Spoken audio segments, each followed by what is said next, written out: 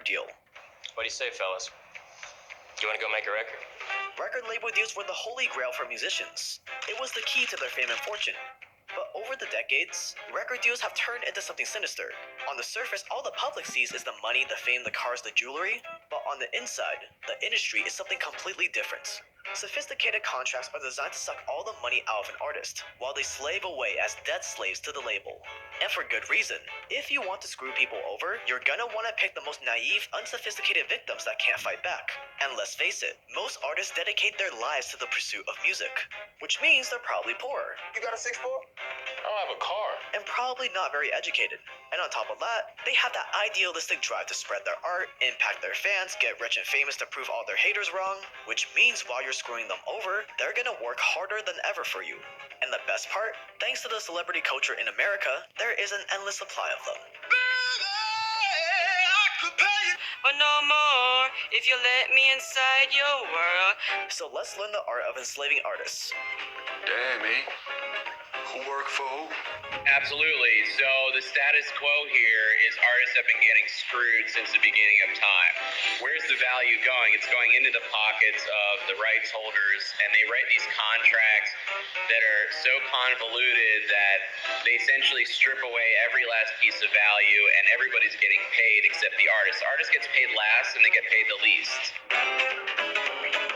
The music industry is a joke. They got into ownership equity deals with the streaming services. In an arrangement for them to have an equity position, they agreed to very low rates for the artist's music. One band that we're in is going to make us all this money and be our sole source of income. I think that's gone. Every band needs to really pay attention to what their record contract. Still don't get paid for anything we do, and we travel around town to town hoping for scraps of food. Yeah, the music business.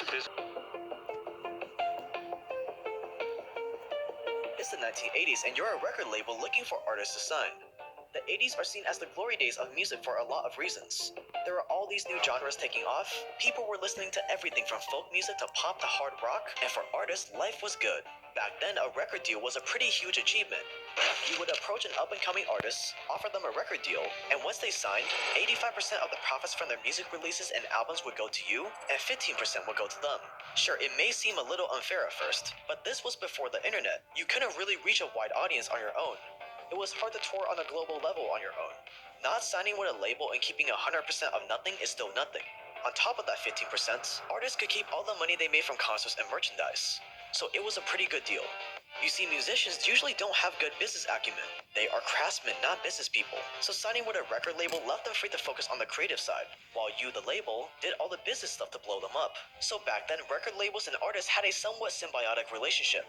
There was still plenty of bad stuff going on, but record labels served as a legitimate engine to getting music out to the masses. But then came the internet, and it changed everything.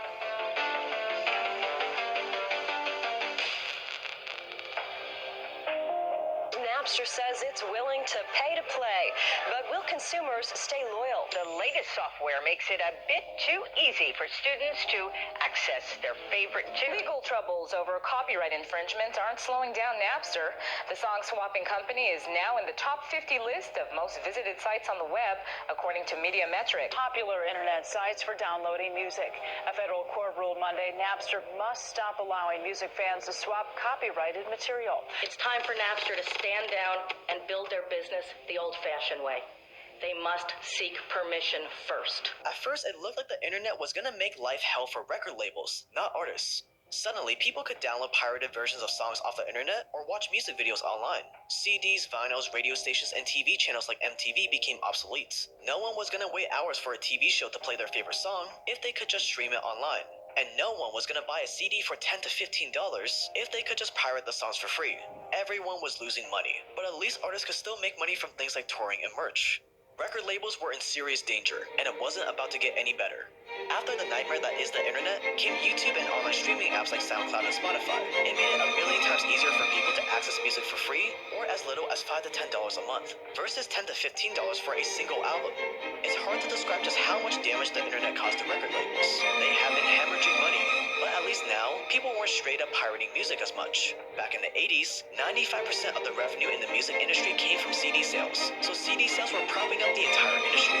Now, 75% came came from streaming. So the question became, how do we, the record labels, get a cut of that streaming revenue so it doesn't just go to streaming platforms and artists? And finally, you hatched an idea. A way to get back to the good old days when you were making millions. But this time, it was at the complete expense of artists. Das hier ist